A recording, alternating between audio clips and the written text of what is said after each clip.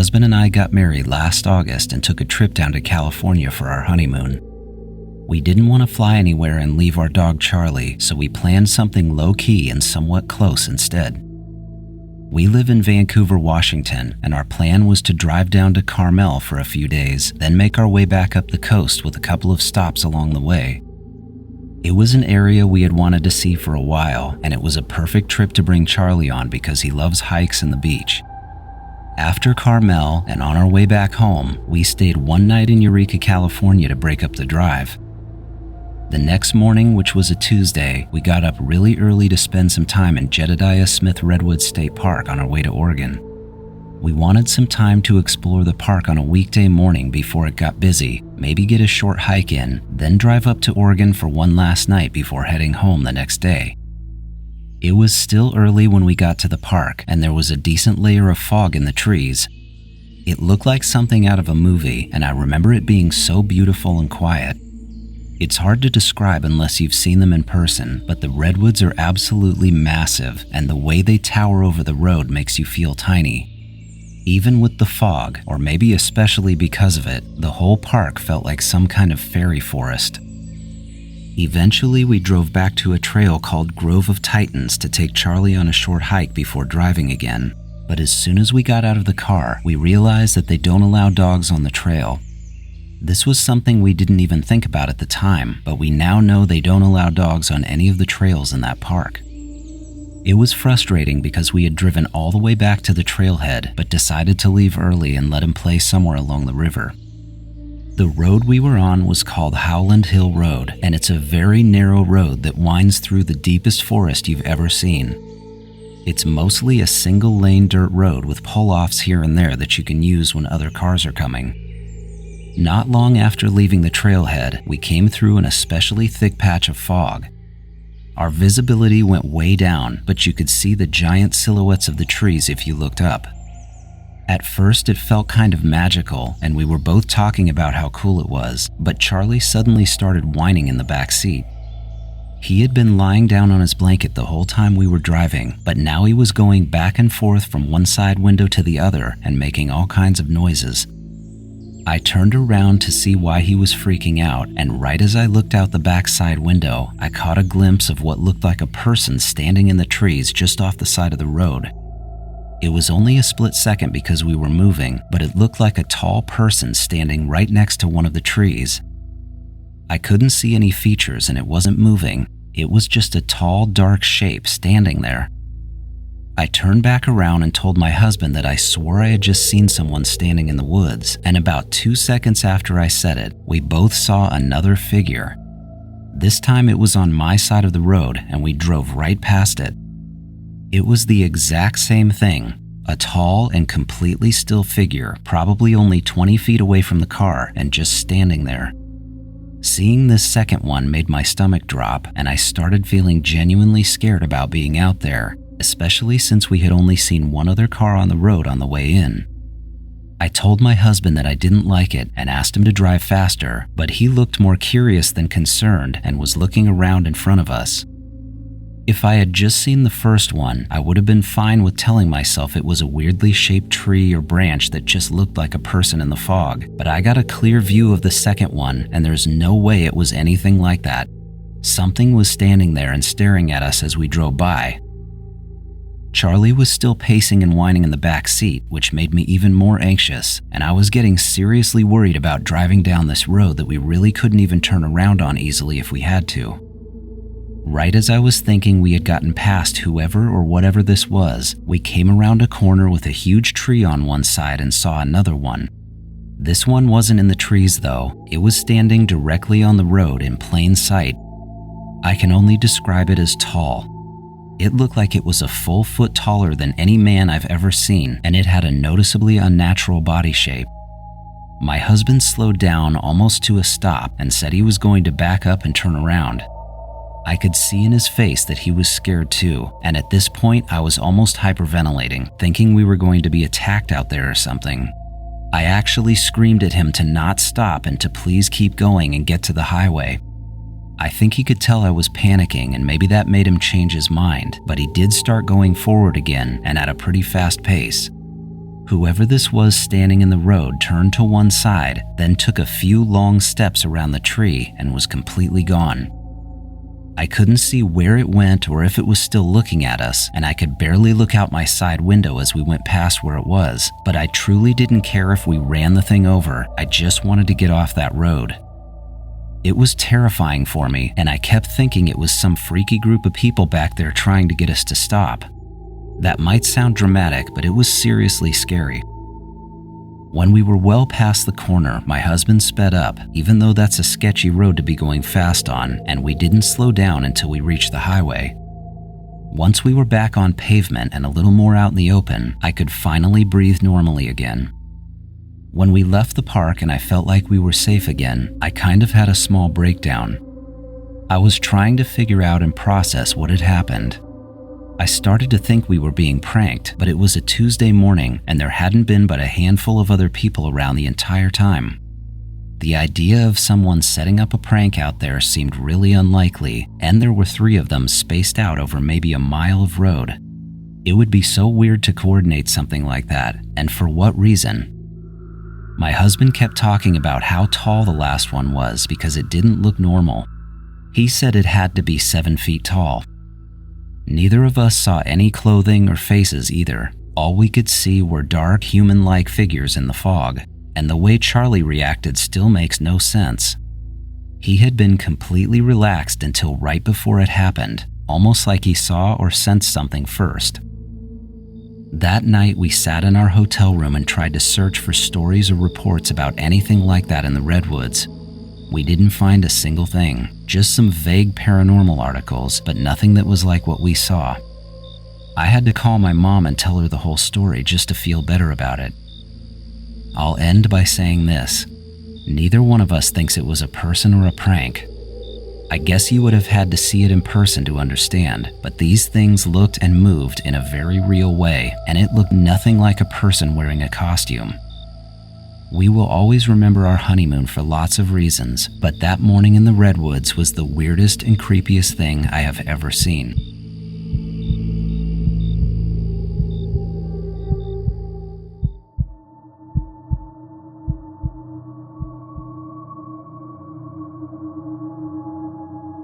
I'll start my story by saying I've always felt like an odd person. Not in a weird way where I didn't have friends or couldn't fit in, but more like I've always been a little different than everyone around me. Even when I was really young, I remember thinking about things in a way that my friends didn't seem to understand. One example is, I remember finding a caterpillar crawling on a branch with 2 of my best friends. While they thought it was cute and cool, I could actually feel the energy from the caterpillar as I held it, and I could feel that we were connected by some larger thing. I didn't have the words for it then, but I could sense something bigger going on, and I was always aware of it. I also have what my mom used to call a disturbing lack of a fear of heights. I was the kid who would climb anything, get too close to the edges of things, and hang over balcony railings at hotels. That last one is true. I really did hang on the outside of a balcony when we were on vacation once. My mom was constantly telling me to get back from ledges or stop climbing on things, and I still don't have a problem standing at the edge of a cliff or a building and looking down. On top of everything else, I have a deep and lifelong fascination with space. I love everything related to it, and I watch SpaceX launches like they're sporting events. I don't know where it came from or why I have it, but it's strong. Whenever we start colonizing Mars and they're handing out that first round of one-way tickets, there's no question, I would go. Moving on to my story, when I was 19, my mom passed away at a young age from cancer. It was fast and we were really close, so losing her hit me hard. My parents had split up when I was a baby, and I've never had a great relationship with my dad, so once she was gone, I kind of went out on my own. I was forced to grow up fast after that, but feel like it pushed me in a positive direction. I built a career, got married, and I had kids.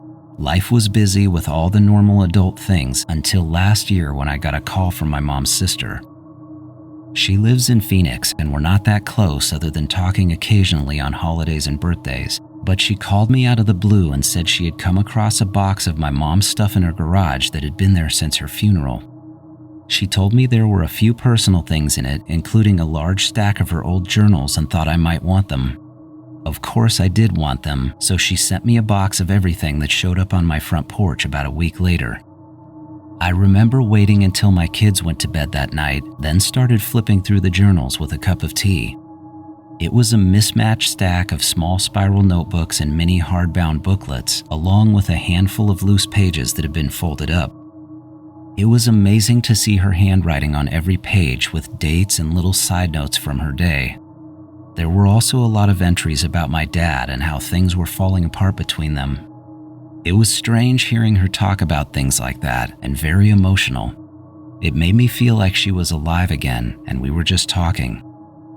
There was one journal, though, that went beyond anything I knew about her. This one was from a year before I was born, and she was writing about medical problems she'd been having. I won't get into it, but it was female stuff.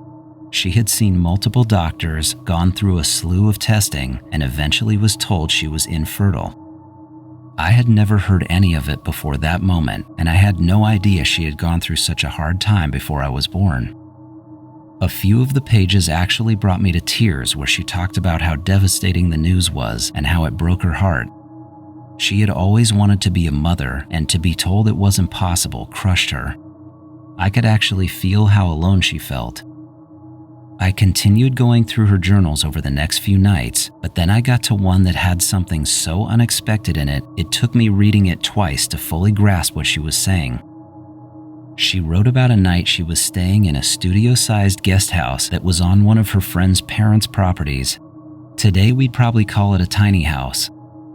She and my dad were in the middle of one of their separations, so she had been staying there by herself. She described waking up in the middle of the night to her entire room being filled with a blinding light that was coming from outside.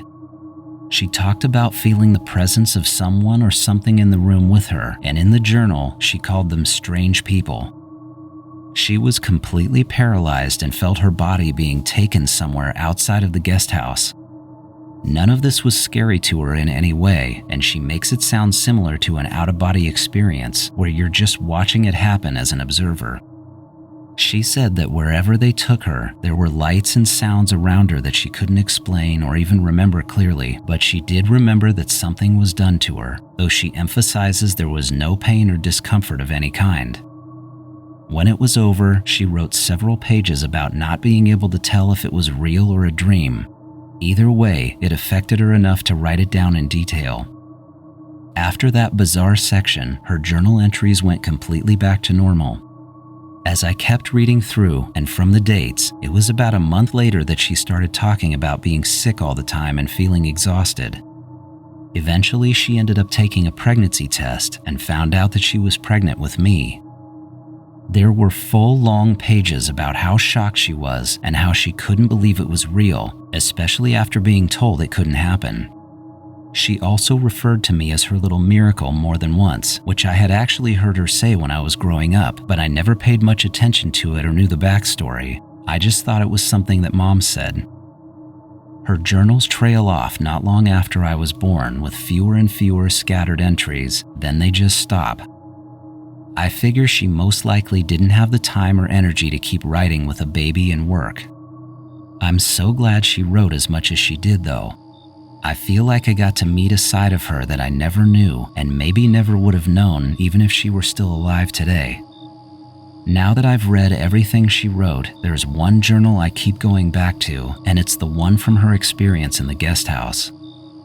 There's something about the timing of that gives me such a weird feeling. The bright light and the strange people taking her sounds eerily like some of the abduction stories I've heard. Then miraculously, a month later she was pregnant with me after being told she couldn't have children. Now here I am. I've had a lifetime of feeling like I don't quite belong, with these deep connections to something bigger and a borderline addiction to all things space-related.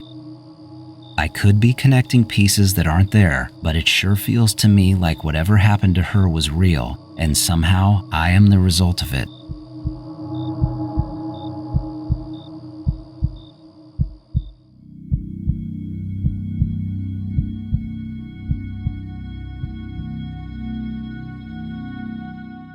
When I was in high school, I lived outside of a small town in the Southwest.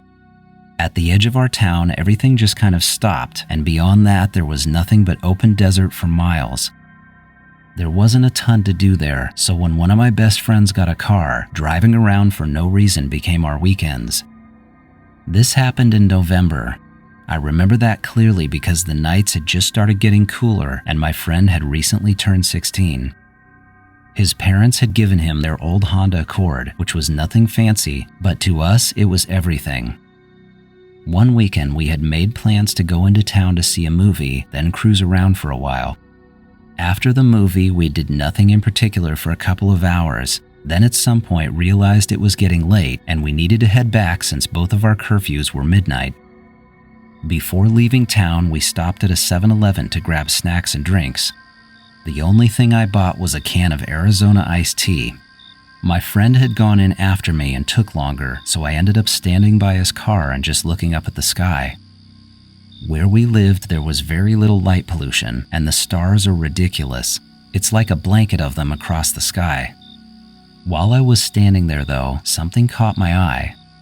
There was this large gray mass hovering in the sky that almost looked like a cloud off in the distance. It was miles away from where we were, but it was in the general direction of where we both lived. At first, anyone would think it was just a weird-looking cloud. It had that same dull gray tone, like a dark cloud at night, but something about it looked very weird to me. I was only standing there for a few minutes, but I could tell it wasn't moving like the few other clouds in the sky, and it wasn't really shaped exactly like one either. Unfortunately, I didn't get too much time to stare at it because my friend came out of the store, and we both ended up getting into the car and heading home. Like I said, our town pretty much ended at a certain point. After that, it turned into open land with no lights and no houses that were close together. It was all large properties and sporadic houses connected by stretches of dirt roads and all surrounded by desert.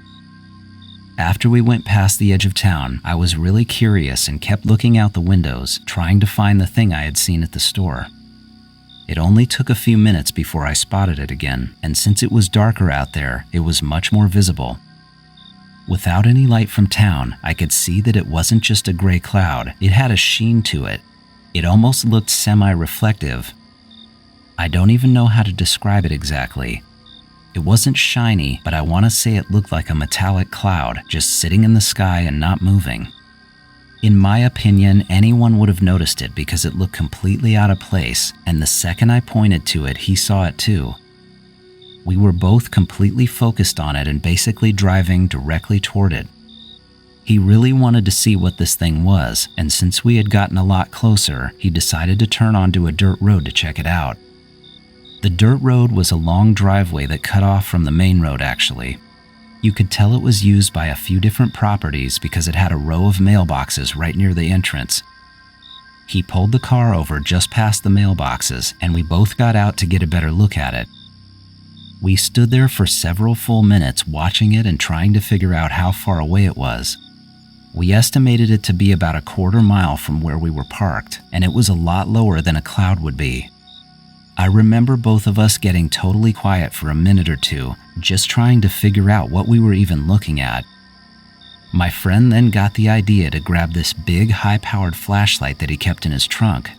It was one of those heavy-duty, old-school mag lights. He thought we could shine the light toward it and see if it did anything.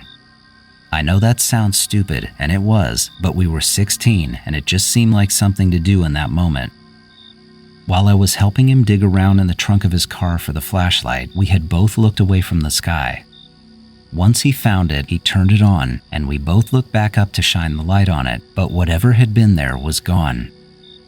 We stood there and did a full 360 scan of the sky, hoping it had either moved or that we had just lost sight of it, but we didn't see anything anywhere. We both noticed something else at that point, and this isn't the best description, but the air felt heavy after we had looked back up for some reason. It was like the air pressure had changed, and it was a strong enough feeling that it made us both want to get out of there. He tossed the flashlight back in the trunk, we got back in the car, and started driving toward home again. I need to briefly go back here so what happens next makes sense. Earlier, after we had left the store but before we had pulled off the road, we were listening to a CD in his car. Since his Accord was older and only had a tape deck, he had one of those old setups where you could connect a CD player using a cassette adapter. They were super common back then. As soon as we had left the store, I started playing his Collective Soul album. I didn't skip to a song or anything. I started it from the beginning and just let it play, like from the very first track. We were still on the first song when we were looking at that thing in the sky, and I clearly remember him turning the volume down when he'd pulled off the road. Once we lost sight of it and were driving again, I turned the volume back up, and the song that was playing was the 10th track on the album, which is a song called Collection of Goods. I will always remember that. We had both listened to that album dozens of times, and when I realized which song was playing, I freaked out a little because I knew it was near the end of the album. I couldn't understand how it could already be playing that song. We had only pulled over for 10 minutes max, but we had somehow missed 30 minutes of music. I grabbed his CD player to see if it was on shuffle, and both of us looked at it. Everything was normal. It was playing in order just like it should have been, but somehow we had gone through about 9 songs while we were parked there, and it didn't make any sense. While I sat in the passenger seat confused, I looked at the clock on the dashboard and noticed it was a few minutes past midnight and past our curfew. I remember getting this awful feeling in my chest, not because I thought I was going to get in trouble. We weren't going to be that late and my parents weren't that strict, but because it didn't feel like that much time had passed. It honestly felt like there was a glitch in the timeline, like something happened that we didn't see or didn't remember. When I brought it up, my friend looked at the time too and confirmed what I was thinking. There was no possible way that much time had passed while we were pulled off the road. We both got really quiet for the rest of the drive. No jokes or trying to explain it away, just a weird silence in the car while we drove home. He dropped me off and I remember going straight to bed for some reason. I wasn't even that tired really, but I felt weird, so that's what I did. My friend and I talked about it a few times that week at school, trying to hash out what had actually happened to us, but we never came to any kind of conclusion. It eventually faded away into one of those stories that only comes up once in a while. We never told more than a few other people about it, and we didn't really obsess over it. It was just one of those weird things that we could never explain. Even now, and yes, we're still close friends, something will remind us about it and we'll start talking details again and how weird it was. I still don't know if we actually lost time or if there's some other explanation we haven't thought of, but from our perspective, there is about 30 minutes missing from that night and neither one of us knows why. I can't prove anything happened, but I find it extremely hard to believe that the missing time and what we saw in the sky weren't part of the same thing. It is still the weirdest thing that has ever happened to me.